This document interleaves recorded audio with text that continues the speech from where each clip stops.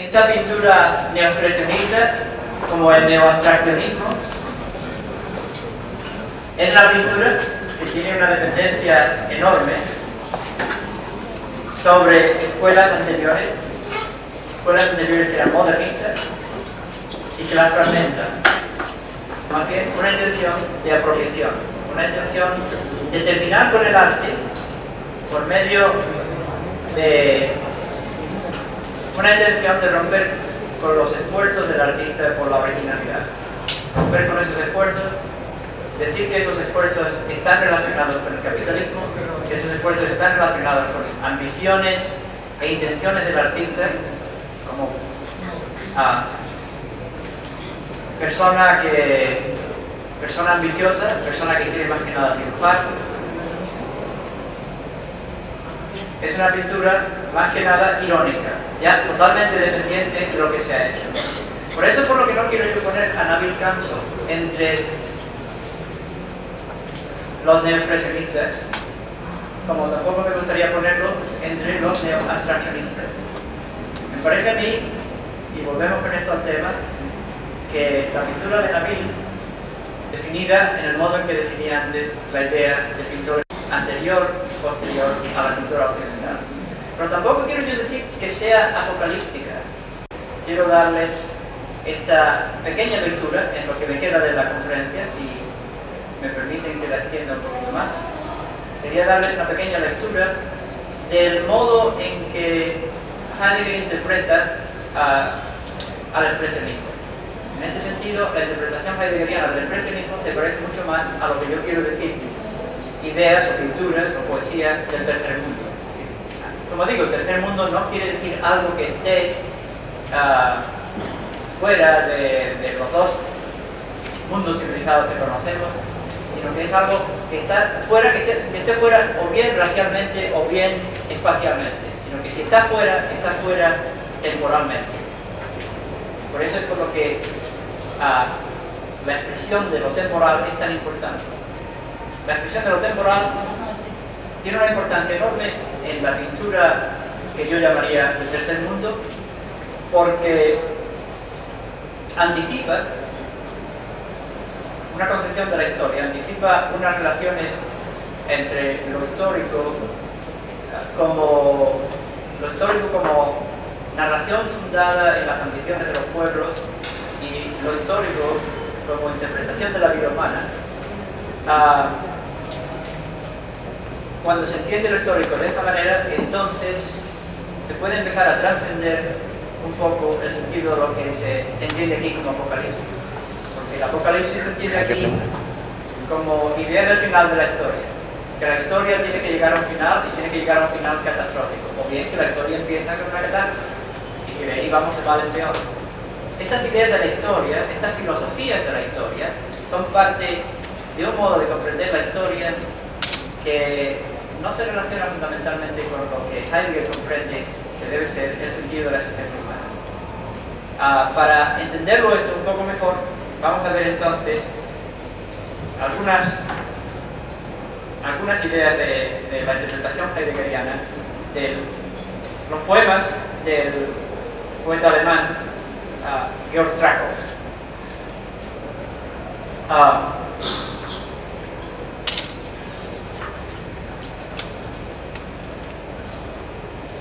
El tema fundamental de esta comprensión de la existencia humana es que es el poeta el que nos enseña a comprender la existencia. Es el poeta y el pintor, como poseedor del lenguaje, poseedor fundamental del lenguaje, el que ocupa la función que antes ocupaba el mago, la función que antes ocupaba el religioso, el taumatúrgico, el taumatúrgico. Esta posición la ocupa el poeta, como el que nos enseña a interpretar, a recoger el sentido de la existencia humana. Y en este sentido, Heidegger nos dice que el tema fundamental de la poesía de Trakl es el tema del aislamiento. Que el precio que hay que pagar para entender la existencia es el aislarse. En este sentido se refiere él a la actitud antigua del shaman que se aislaba, se enfrentaba con sus visiones en la soledad y después volvía a la tribu a hablarle después de haber estado en el infierno. En este sentido, el artista del tercer mundo, el artista que se separa de las concepciones históricas más o menos mitologizadas en las varias culturas, este artista en su aislamiento se parece al shaman en su descenso a los infiernos, en su contemplación de los descensos al infierno. En esta contemplación, el artista y el poeta en su aislamiento se enfrentan con la locura, se enfrentan con la posibilidad de la desaparición de la razón, porque la razón, en muchas maneras, está concebida en general como razones del modo de entender la vida de los pueblos, razones y racionalizaciones de la existencia que el poeta que se aísla y el pintor que se aísla tienen que deshacer, tienen que deconstruir.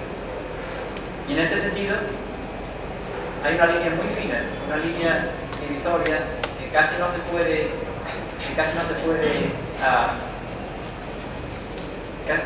una distinción fácil de hacer entre la razón y la locura. El signo del poeta y el signo del pintor es el signo del sufrimiento. Y Heidegger nos enseña, nos muestra algunas líneas sobre el sufrimiento que quisiera leerles. Oh sufrimiento, tu visión flameante del alma grande. Sufrimiento, tu visión flameante del alma grande. En este sufrimiento, el poeta se apodera del lenguaje primeramente por medio del silencio.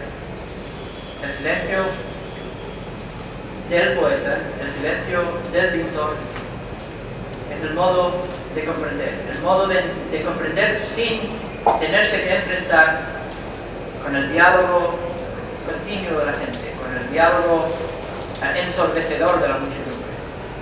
El poeta tiene que aislarse, tiene que enfrentarse con la locura, tiene que enfrentarse con el sufrimiento y tiene que escuchar frente al silencio, frente a la nada.